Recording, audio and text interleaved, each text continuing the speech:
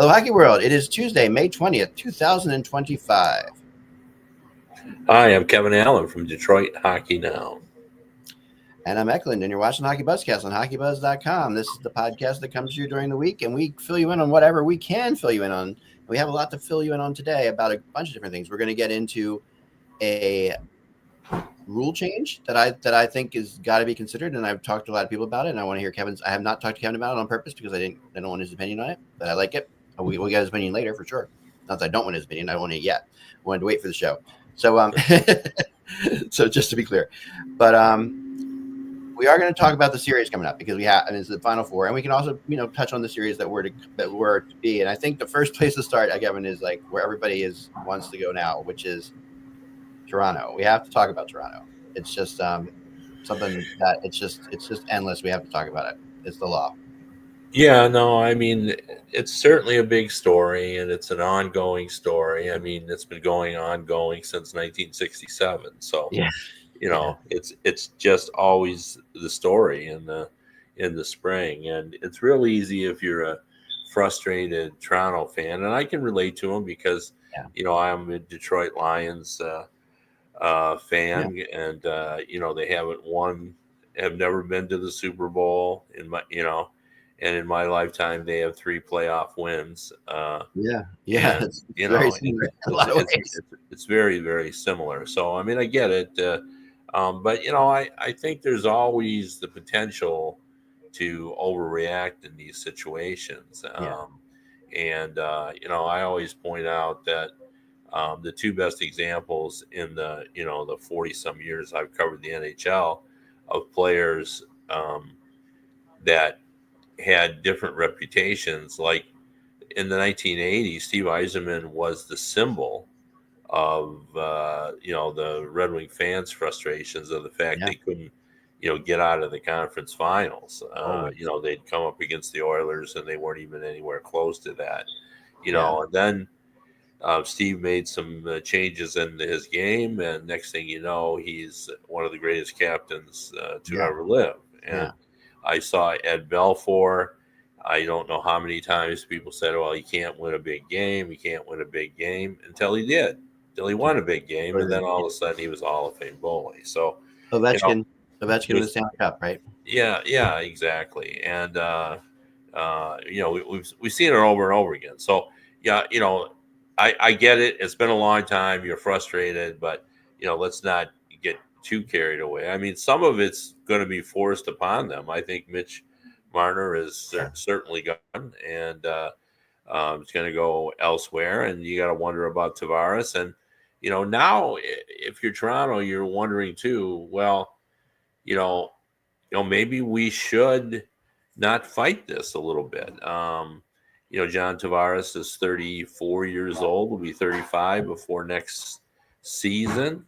Do you take the John Tavares money and go in head first on Sam Bennett?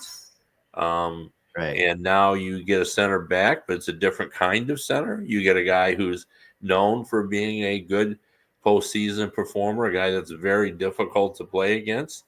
I looked at his hits just recently, and over the last 5 playoff games that he had played, he had 29 hits. That's not John Tavares. That's a different kind of center. That's all.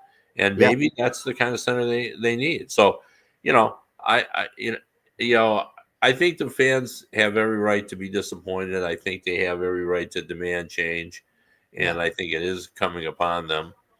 But I wouldn't get to the point where, I mean, to hear people say, blow it up. Yeah, I mean, ridiculous. You want to get rid of Austin Matthews and Nylander, and no, you don't. You really don't. I think you're right on that, and you're dead on. So, but I don't know what else to say. I'm a believer that certainly past events don't foretell future events. However, saying all that, I do believe that if you talk about something enough, it does get in people's heads, and it adds to the anxiety associated with a big game. I mean, even though the Toronto Maple Leaf players of today have nothing to do with what happened, 35 years ago, or um, even they 15. certainly are aware of it, Yeah. and they're certainly aware of recent history when they haven't been able to get anything done as well.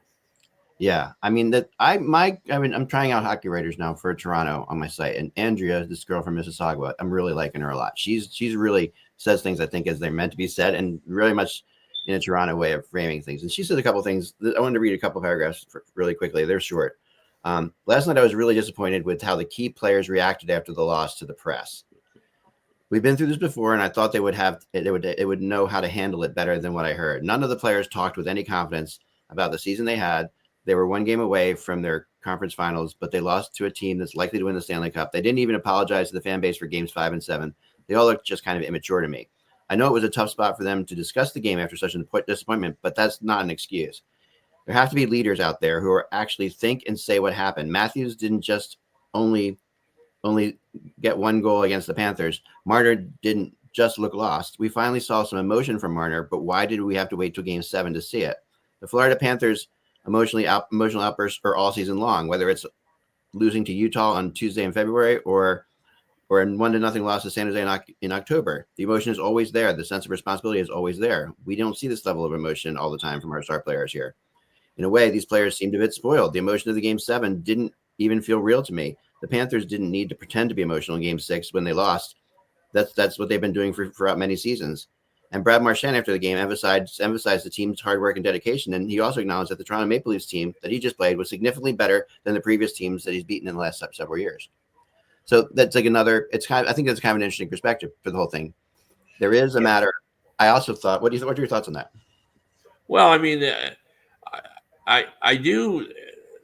I mean, I think that there's two parts to that. Like, I don't really fault players for what they say in a post game. I mean, they're coming off a horrible situation, and as a guy that's been there and asking those questions, I mean, I get it. It's hard. You've got to suddenly microwave an analysis of a lot of years of frustration. So that's difficult.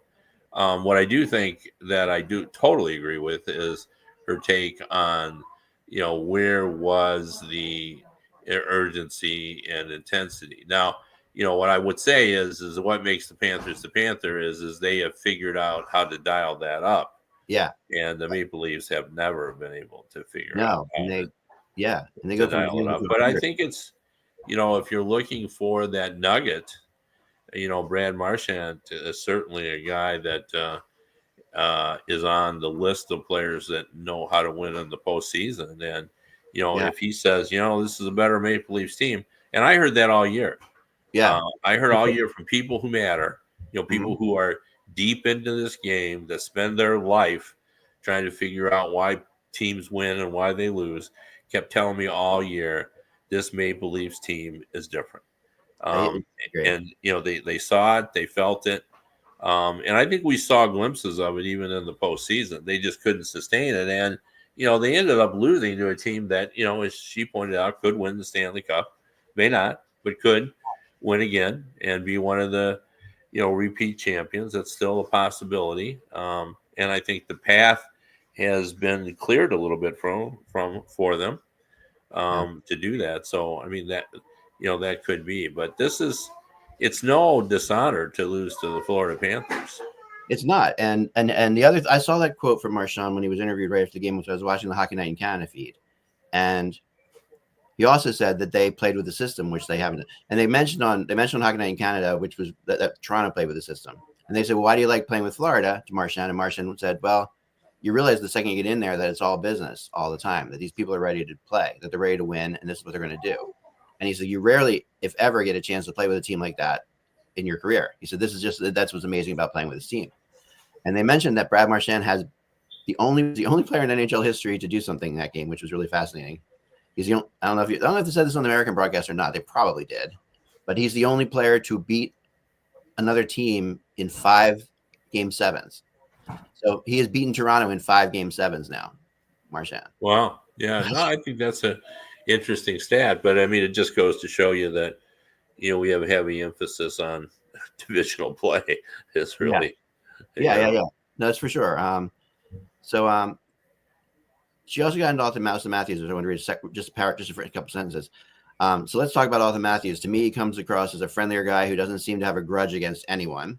The only game I've ever seen him play where he really showed his anger was Game 6. He came out hitting right away, and honestly, I think that surprised the Panthers defense.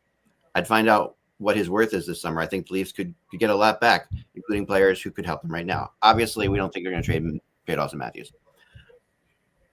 But is that as obvious? I mean, I did talk to one GM who said there's not a 0% chance that Austin Matthews is traded this summer. I did talk to somebody who told me that. Well, I mean, I think that's true of anybody. Yeah, I mean, that's true. I mean, the two lines they used to say in sports for I would say 60 years that Babe Ruth was traded, so anything is possible. Yeah, no, anything's possible. And then they changed it in hockey for Wayne Gretzky was traded, so anything is possible. So I do think in that regard that is true. But again, I think this speaks to what I would say is you got to be at least on guard, even while I acknowledge that frustration is true and real and justified. I do think you still have to be careful that you don't really want to dynamite a really good team. No, and you really shouldn't. I mean, like Marner leaving, I think we could be good because that does give a lot of money for him to do some other things. And it's also time for Marner. Marner's kind of like he did show he's a weird player because it seems like he can either play offense really well or defense really well. Like he's very good penalty killing, but when he's not penalty killing, he's horrible defensively, which is such a strange thing to say. But I've noticed that in this series a couple times. Like he really made some bad defensive plays. This is the final thing I'll read from her, and then we'll move on to the other thing. I've enjoyed Berube as a coach, but it feels like he's limited in what he can do. He's a pure hard work ethic guy. Can't help but think that he thinks he's taking care of some very soft yet very skilled players. The fact that he had to say he trusts Mitch and Austin, to me, was not a good sign. It sounded like a parent taking care of a rebellious kid who came home after college. Yeah, I thought that was pretty appropriate. Like, I mean, don't you feel though that Marner and Matthews to a much lesser extent are not Berube players? No, they're not. So, I mean, I think Marner more so than Matthews, but Marner is not. Like if Berube was putting together his kind of team, Marner wouldn't be on it. No. No. And two guys that he brought in Lawton and Domi they were two of the better players for that team in the last couple games. It was really bizarre to see Domi, especially. Like, to me, Domi is the ultimate. Like, we always talk about when you're a kid and you have a dream and you want to put a sweater on because you want to play for your own team, and you know that you watch your team lose and you get out there and you're not going to let that happen again. Domi is the epitome of that guy when he puts on the Toronto Maple Leafs jersey to me. Like, I've seen him play other places, but we've all seen him play other places. When he puts on that Leafs shirt, he's really something. He is that kid who refuses to lose, and he was one of the few players working throughout the entire series all the time, and I thought, at least, that I was just super impressed by him. Yeah. I mean, it's not like all 20 guys on the Maple Leafs were terrible every minute in the series. I mean, that's, but it's it certainly is odd that they have, gone through so many different years with different scenarios that end up with the same outcome. So are the Panthers becoming the team that the Montreal Canadiens once were? That, like, I remember the Flyers won 2 Stanley Cups in 74 and 75. And I remember at the time, even though I was really young, I remember at the time thinking, thank God they didn't have to play Montreal on the way. Like someone else took out Montreal in those 2 years. And then in 76, they had to play Montreal in the Stanley Cup Finals, and they got swept in 4. Are the Panthers becoming that team in the Eastern Conference? I mean, it feels like it. Like, they're the last team in the world you'd want to play. Well, I mean, they've got it figured out, but again, how long can you sustain that? Yeah. I mean, we saw like the last, team that really sustained it for any length, and it was every other year, was Chicago. Yeah, right. They had a nice run of 3 there in 6 years, I guess it was. LA kind of had the same thing for a bit, but not quite as. They didn't win 3, but yeah. Yeah. No, I agree. It's hard. It's in this day and age versus like the Canadians of 1974, 75. That team could keep Yeah. its players together all the time. Well, yeah, especially with 32 teams, and Yeah.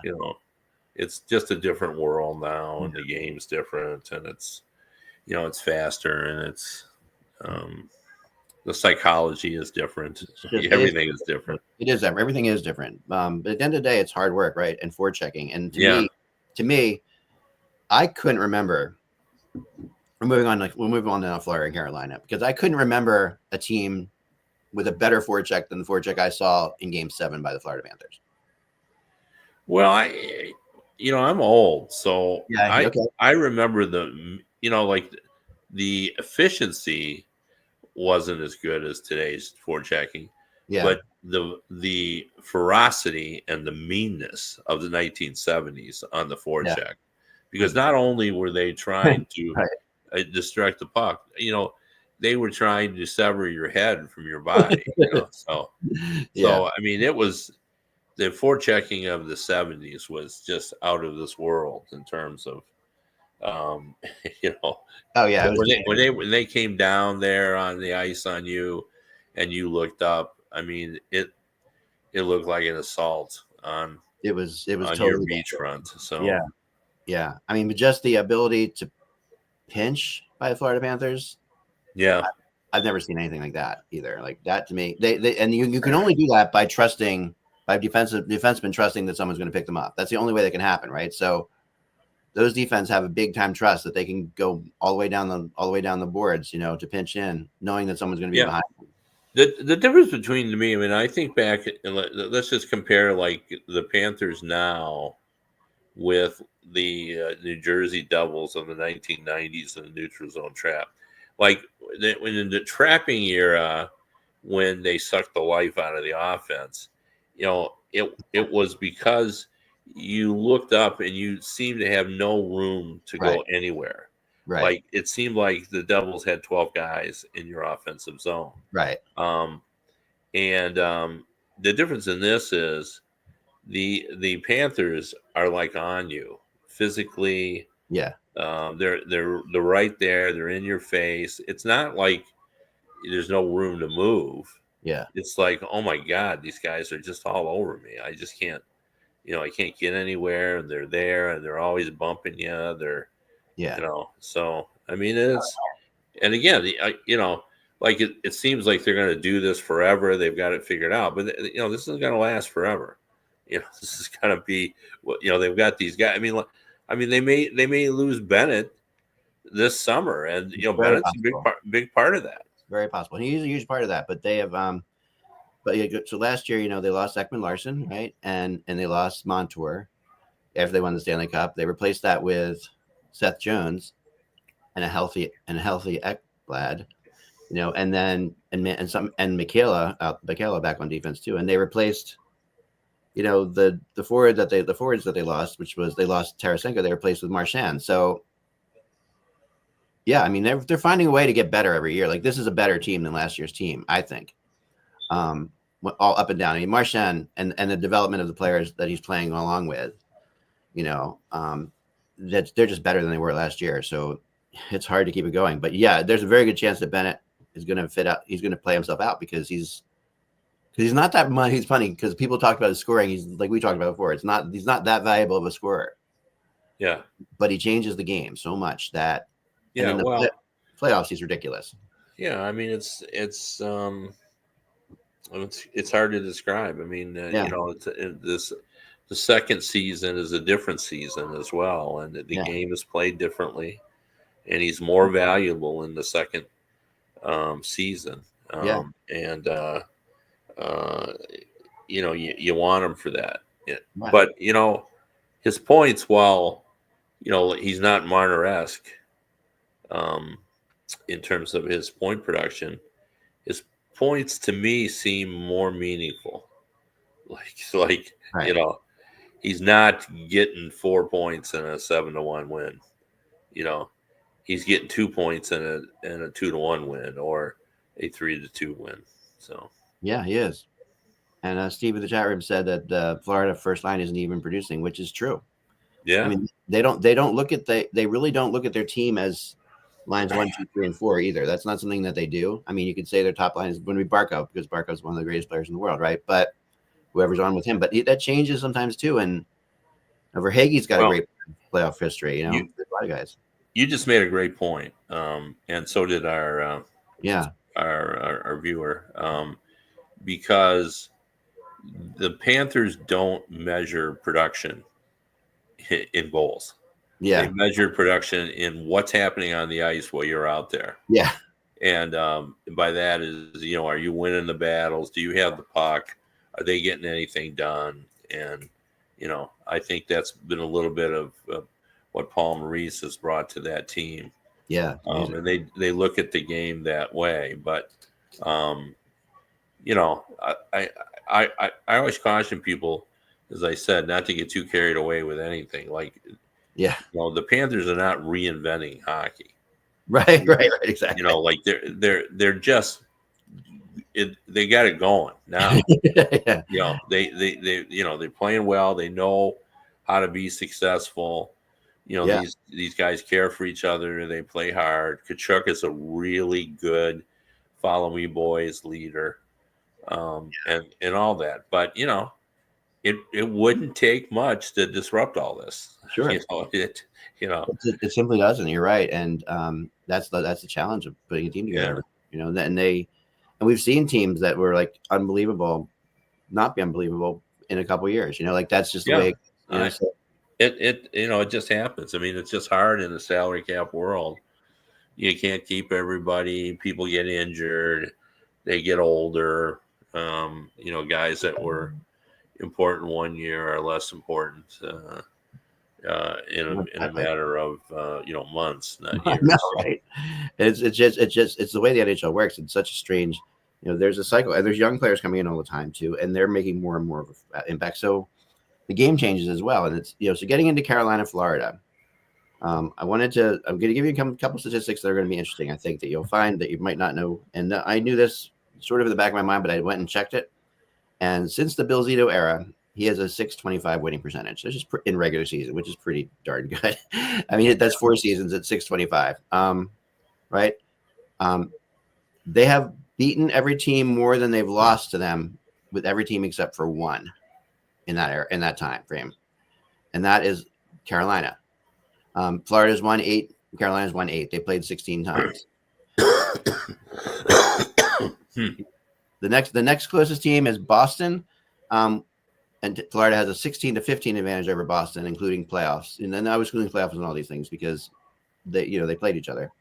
But the Carolina never played them in the playoffs. Boston played them a couple times in the playoffs and lost 2 series to them. And the other team, surprisingly or not, that they're close to that's kept it close is Nashville. They're 7-6-1 against the Predators. But every other team, they're either 2 wins or more above them since September of 2020. So, that's a big deal. And that's why this team feels confident all the time. And I went back and I tried to figure out what the Canes had on them. And it's now in the last 3 years, if you take the first year, the last 3 years, Florida's 8-5 versus the Canes. Okay. So the year before that, they were 0-3 against the Canes. So there is but then the last 2 years are 3-3. So they're close. These teams are close. Carolina is they play a speed system that definitely does mess with the Panthers a little bit, I think. And for some reason they've had their number, and I don't know how much that matters here. But I do want to say this, and I'm sure you probably would agree with this or not. I think the games 1 and 2 are just absolute must wins for Carolina, 100%. I think that they've got to win both those games, and they've got to especially win tonight with Florida coming off that game 7. Yeah. I mean, I do think you got to set a tone. I mean, that makes some sense to me. Yeah. By the way, we need to report this. We're minutes, seconds into the Canada-Sweden game, and it's 1-0 Canada. Oh, just minutes and seconds. Yeah. Okay. Yeah, it's just they're just all over them. So. Yeah, I mean, watching Celebrini and Crosby. Yeah, I just by the way, I mean, this is why I love Crosby. Yeah, Crosby just plays maybe the most frustrating season of his Yeah. career. Yeah.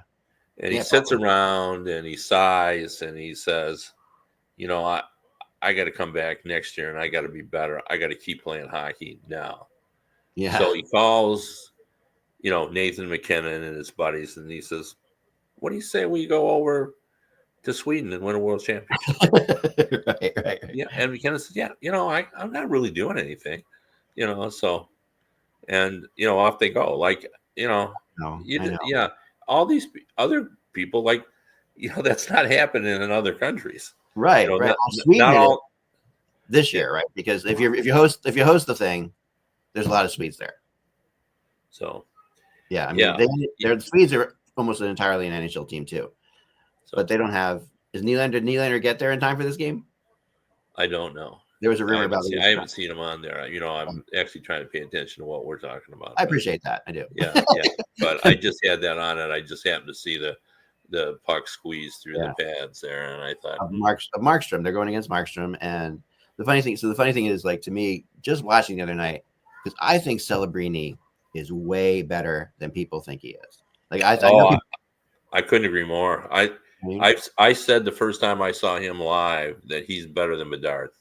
I think he's better. Than that's taking nothing away from Bedard. It's just Celebrini. It's really good. He's the most Crosby-esque type player we've seen since Crosby came into the league in the way he plays. It's very similar style, very hard nosed, not afraid to forecheck. Like I've always said, Crosby's the best, best checking superstar we've ever seen. Like as far as his best cycling superstar we've ever seen is Sidney Crosby. That's just a reality to me. Like and I think seeing him play, with this kid, it's incredible. Like they've already scored.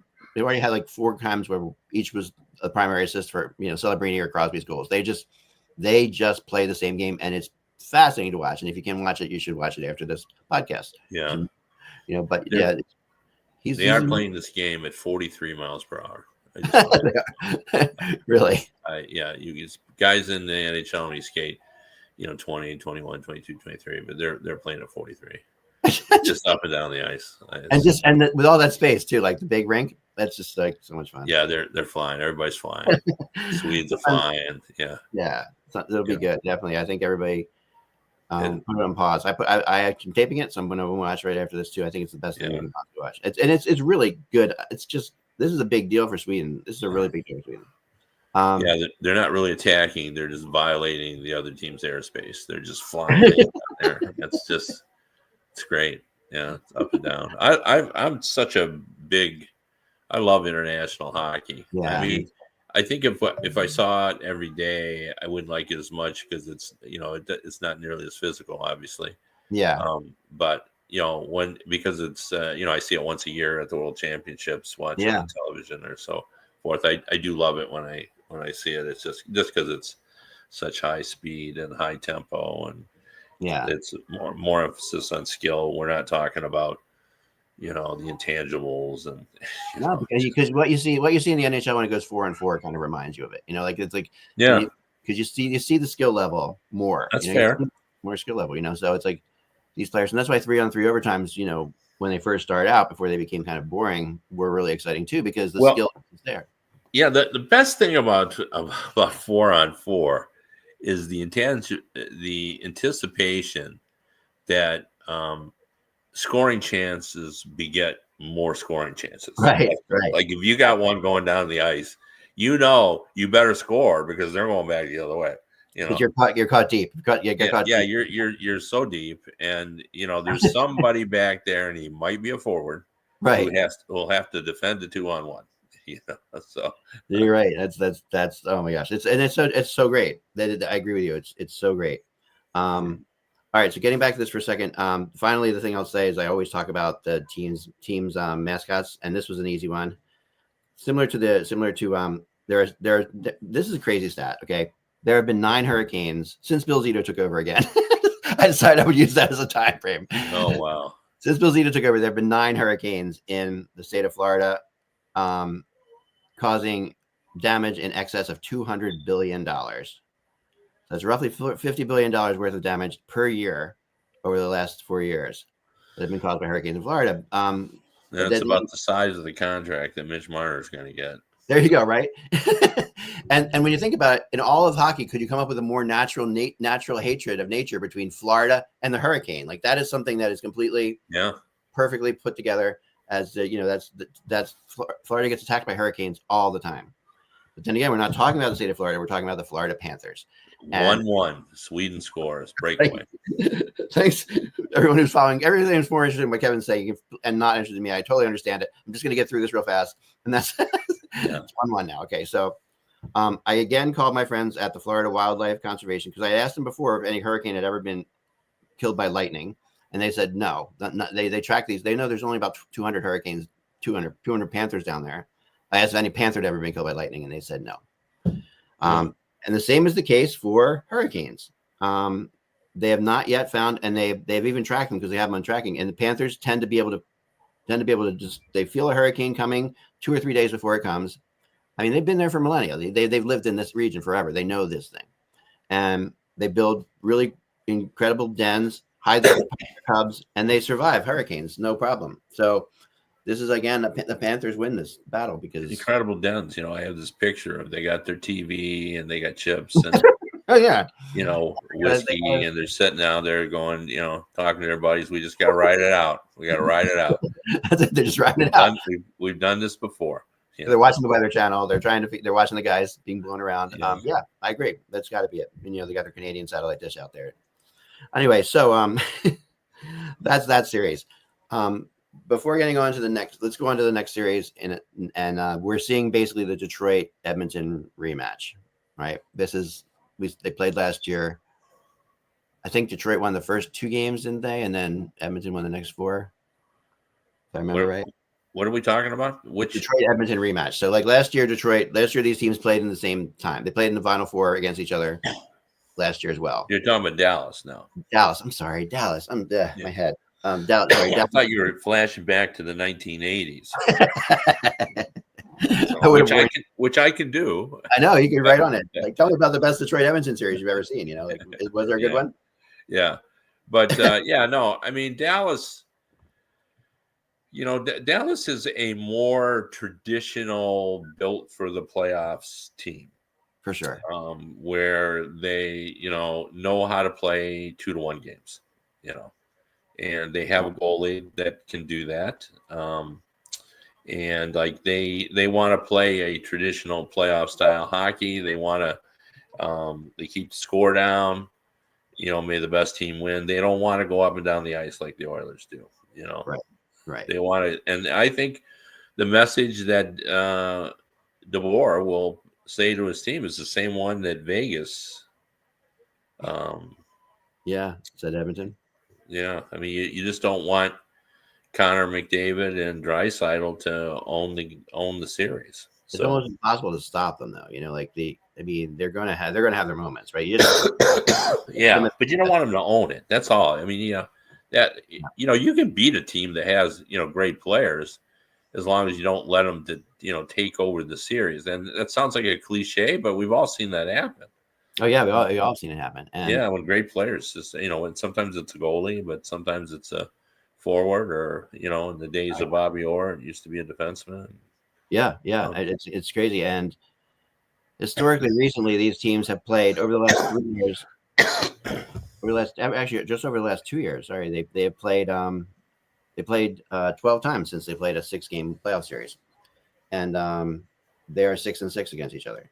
Wow. So this is one of those things that and Edmonton won the playoff series 4-2, so you can figure out that it's 4-2 for Dallas in the regular season versus Edmonton. So, and this season, when I look at the scores in these last couple games, Dallas has had no trouble scoring goals against Edmonton through the whole thing. But neither team has had that. They both.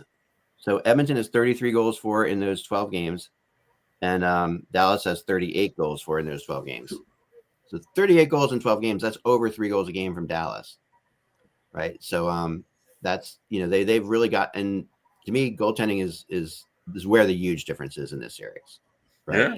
I mean, Ottinger just played his tail off in that last series. I thought, and really, he made a case for himself as the starting goalie, for the Team USA in the Olympics next year. Well, it's interesting because I wonder, Ek, and maybe you've always been the goalie guy.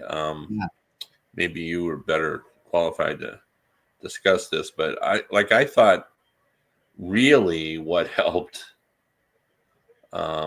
Edmonton was the fact that their goalie didn't need to be great because the other team's goalie wasn't great. So right. That is true. That's and that was not a battle of a classic playoff battle of goalies in that series. Yeah, it was, and in this one, it really they're going to need to be good, and it's going to have to be Skinner. So because Pickard's still hurt, right? So right. Yeah, and I first of all, thank you very much for saying that. I know I would be more expert in anything in hockey with you. I don't think that's true at all. But I was just saying that the goalies here are. But you really pay attention to the goalies. I mean, we all do, but not the way you do. So yeah, the difference here is Skinner is a big save goalie who can let in bad goals, and Ottinger doesn't let in bad goals, and can make big saves too. But Skinner is well suited sometimes for the way Edmonton plays because kind of like Grant Fuhr was a big save goalie too. Edmonton does play that wide open style, so Skinner's going to face a lot of 2-on-1s and a lot of weird situations. But when he's set, like on a power play, Skinner really loses a lot of his when things are set in the zone. Skinner loses a lot of his effectiveness. Like he's much better at on the fly, or Picard's better than Skinner in many ways, I think. But I think do we know he can't be back? Is he done for the season? No, we don't. We don't know that. I do have to give more breaking news. It's 2-1, and the sides have agreed first 1 to 12 wins, and we're probably only going to play a 30-minute game. Right, 2-1 for Canada. 2-1 for Canada. Okay, there we go. I can't wait. In 15 minutes, we'll be watching that game. That's going to be great.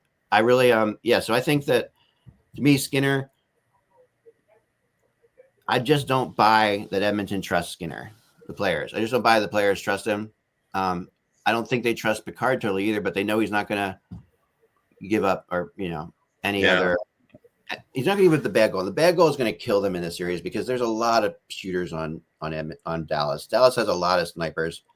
Not to mention Rantanen, Rantanen has historically killed the Oilers too. I don't have the number right in front of me, but I saw that he has had an incredible run against the Oilers, so that's not a good thing for Edmonton right now.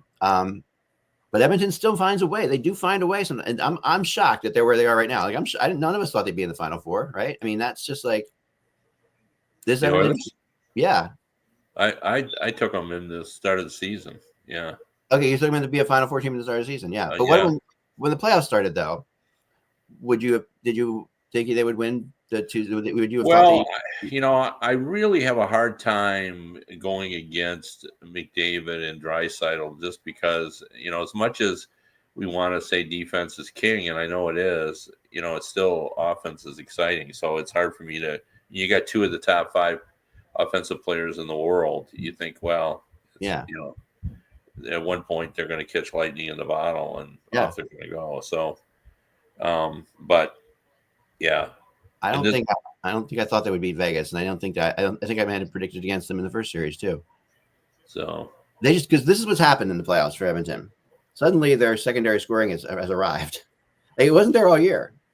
All year long, they didn't have secondary scoring. These guys, and that was the big thing. They lost, they lost Bromberg and they lost Holloway and all this, and we all thought, they've lost their secondary scoring. They couldn't replace it, and all season long, they were really fully dependent on McDavid and Draisaitl to do everything. And in these playoffs, they actually have gotten secondary scoring. All of a sudden, these guys are woken up and they're at the perfect time for them. So that's why the only reason they're here right now is from secondary scoring, in my opinion. That's why they got this far, and they have to continue that going. They really do, or else they're going to have all kinds of troubles. But yeah, so what's your pick in both of these series? Yeah, I think I'm going to stick with it. The Florida, I've been really picking against Carolina. Right. I really have not liked how they looked. They don't look great. But, they have during the playoffs, but coming into the playoffs, I thought they weren't nearly as good as they were a couple of years ago. And they're still a defensive team, and that defense is still good, but it's not as good as it was. And yet, it's been effective. It's gotten the job done. They scoring was a real issue. I mean, that was the whole basis of the Rantanen, fiasco. But boy, they've gotten enough goals to get it done. Now, I mean, I guess you can also say that they were lucky though, because they look at the Flores path compared to Carolina's. Yeah. So it definitely has been a lot. I mean, they have had two easy opponents, and yeah, the reality is, and the reality is, no one expected like Stankoven to be as good as he's been. Like he's the rookie of the year in the playoffs, maybe. If such a thing happens, the thing. Like he's no, I get that, and so so you're going Florida. Yeah, and it's hard for me just because of the goaltending. I think I'm going to take Dallas. Dallas, having watched both of them, but nothing would surprise me. Yeah, I'm thinking the same. I'm on the same boat. If I was in Canada, I'd be on the same boat. I'm on the same boat.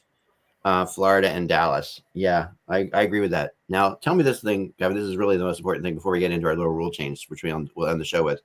Okay. A Dallas Cowboy versus an Edmonton oil worker. These two men are set on stage, to fight each other. Just who's in a Texas cage match? Yeah, like Texas cage match. No guns, nothing. The Dallas, they can't wear the cowboy hat. The other guy can't wear his Oiler. Yeah. Who's tougher? Yeah, they're both pretty reputation for being pretty tough. Yeah. Oil workers though. I've been watching Landman with Billy Joe Thornton or Bobby Joe Thornton. What is it? Yeah. Billy Joe. And they're pretty tough.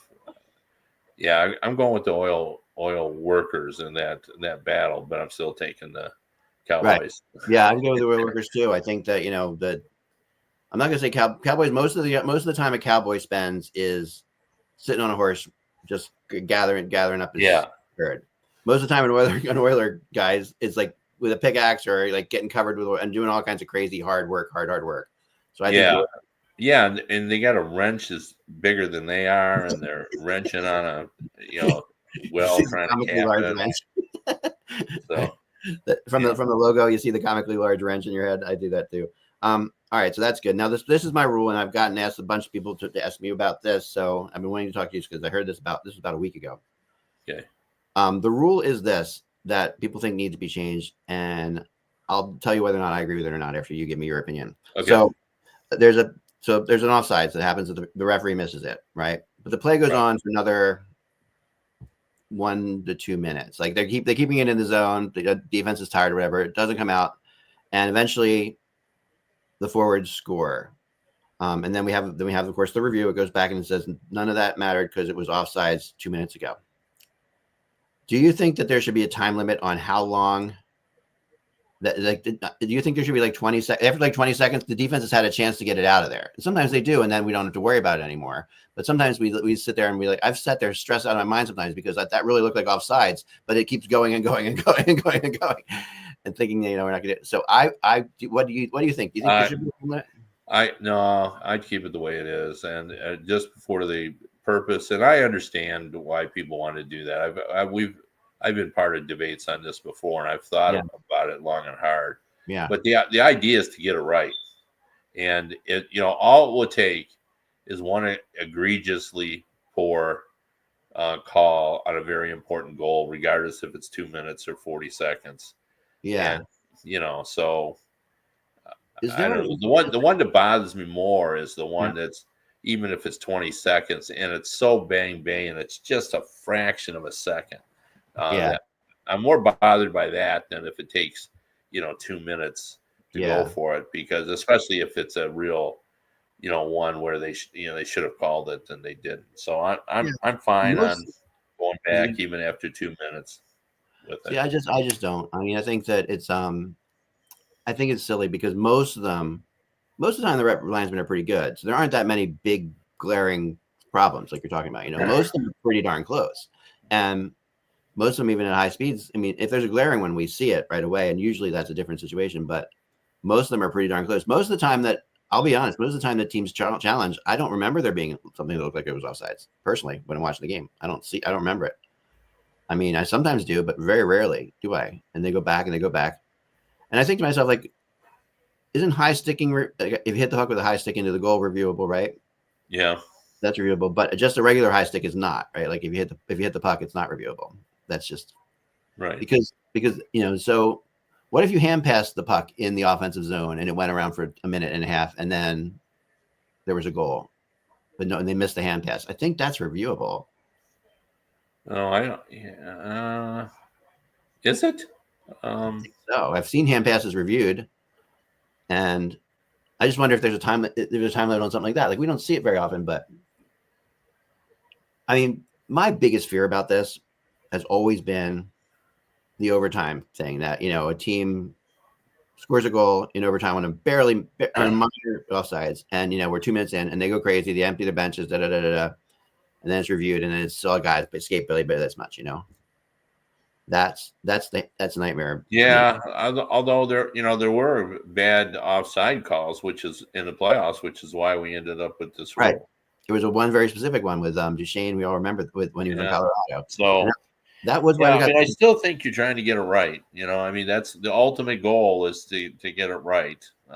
And I do understand it is, and there's some logic to what you're saying, that if it goes on forever, then like that's no longer important. But it really is, because that's how they got in the zone. They got into a zone and the play should have been stopped, and anything could have happened on that. It is how they got in the zone, but like we see these, we see delayed offsides all the time go on, and that's fine. We see these, and that's we do see these things, and yes, I think if it's within maybe 30 seconds, that feels like it's a continuation of the continuation of the play that was offsides is the thing that I'm thinking about. If it continues on, like it's offsides, bang, bang, bang, pass, and then it's a goal, then we should check it for sure. But offsides, goes into the corner, this guy tries to clear it 3 times, he misses on the clearing. The defense at some point should just be responsible for clearing the puck on their own, I think. And we should go back to when we go back to the point and say, hey, he missed. So one failed clear attempt negates the entry into the zone. It would be hard to say that 1 or 2 or 3, but to me, at some point, the team that was, if the offsides wasn't flagrant, or something like that, it feels like at some point that, I mean, the defense just is getting beaten up in the room. But the time element is always part of what's happening on the ice. I mean, we've had, so you gain the zone, and because they let you in illegally, you're an illegal immigrant into the zone.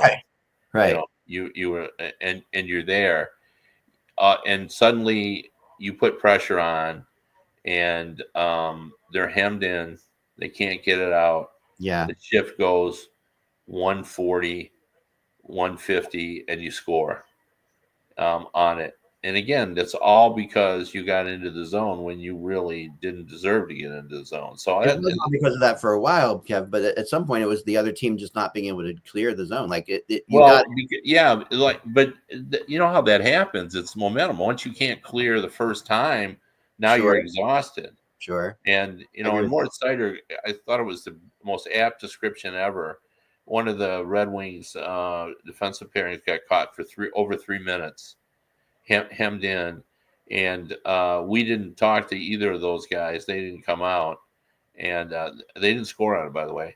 But Seider was there, and he's always good. And I said, "Can you just describe what those guys were feeling like that?" And Seider said, "Well, by the time you hit to the 3-minute mark, you're breathing through your eyelids." Yeah. So I just thought it was the greatest description I've ever heard about being tired on a lengthy shift. But I mean, if a bad entry or a missed offside contributes to a team being hemmed in, then I think you got to call it regardless. I mean, just because they didn't clear it, I mean, that's just part of hockey. I see your point. It just feels like at some point it's no longer on the missed offsides to me. That at some point, that's not why the offense is doing what Well, they're I doing. mean, like I said, I think I see the logic in it, but I think I see more logic in, Yeah. if it's contributed to what happened on the ice. Yeah.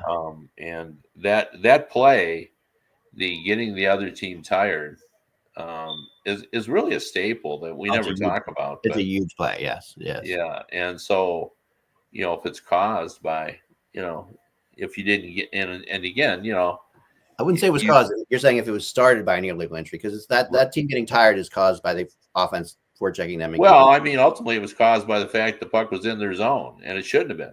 So should have been whistled.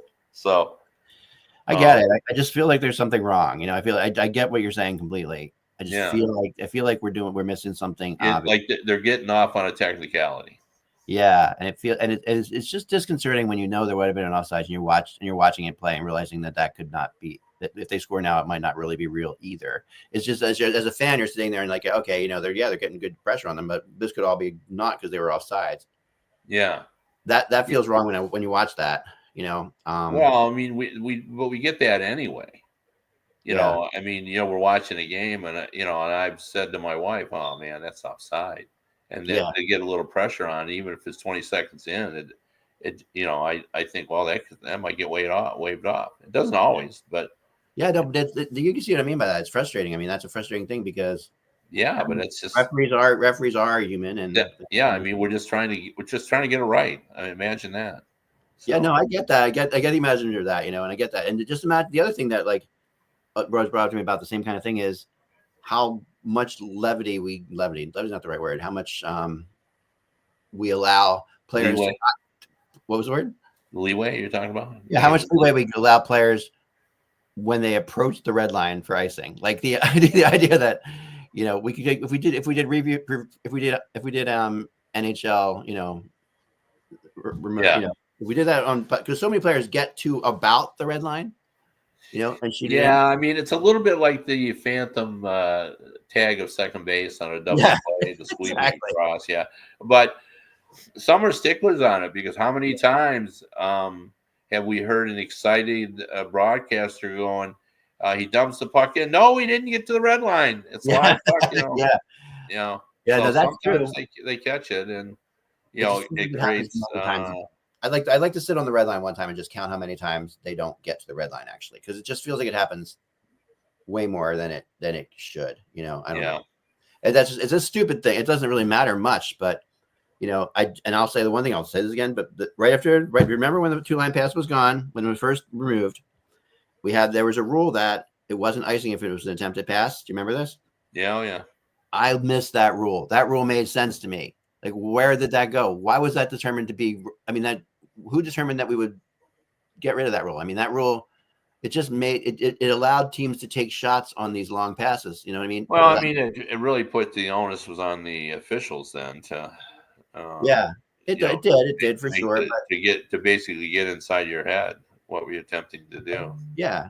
I mean, but if it goes through one of your players and they're on the other side of the red line, that to me that can be viewed as an attempted pass. That's the way I would say it. But no, that will never come back, and as will many other rules. But we are running out of time here, so just one thing I was going to bring up. I mean, one of the things about rules that I remind people on, because you still hear people that say they want, whenever there is a shoot the puck over the glass thing, people just shake their head like that should not be a rule. Yeah. And I always say, you have totally forgot what hockey was like before that rule was in. When it's like 8-year-olds playing soccer. Whenever a defenseman was in trouble, he dumped that puck into the stands. You're right. You're right. And that's it's wrong in 8-year-old soccer, because that's why we don't compete against Europeans, because we teach our kids just to panic and get rid of it as opposed to try to make a play and get it out. And it was wrong back when the defenseman was just dumping it out. It really was. There was a time when the goalies were the only ones who got called for it. Remember that? That was like if a goalie shot it out, that was an immediate penalty. Yeah. But that didn't happen very often. I'm weird because I'm a believer that there should be netting around your entire defensive zone, and the netting should be in play. Like, I don't see any reason why the puck hits the net and is still on the surface of the ice, why isn't it not in play? Like, why don't we just keep playing? Like, to me, that's another thing that gets Yeah, I think it's just hard to know what the reaction of the puck will be when it hits the net, as opposed to. It is for sure, but it's still like it doesn't. That could bring in interesting strategies. Like a team could get into the zone and throw it up really high. So you never know. Anyway, that was a great show as always, Kevin. I very much appreciate you and you doing the show, and we'll all get back to watching the Canada Sweden game. Still 2-1, 3-1, 3-1 Canada. Okay. Yep. So enjoy the games tonight for sure, guys, and remember, without the buzz, it is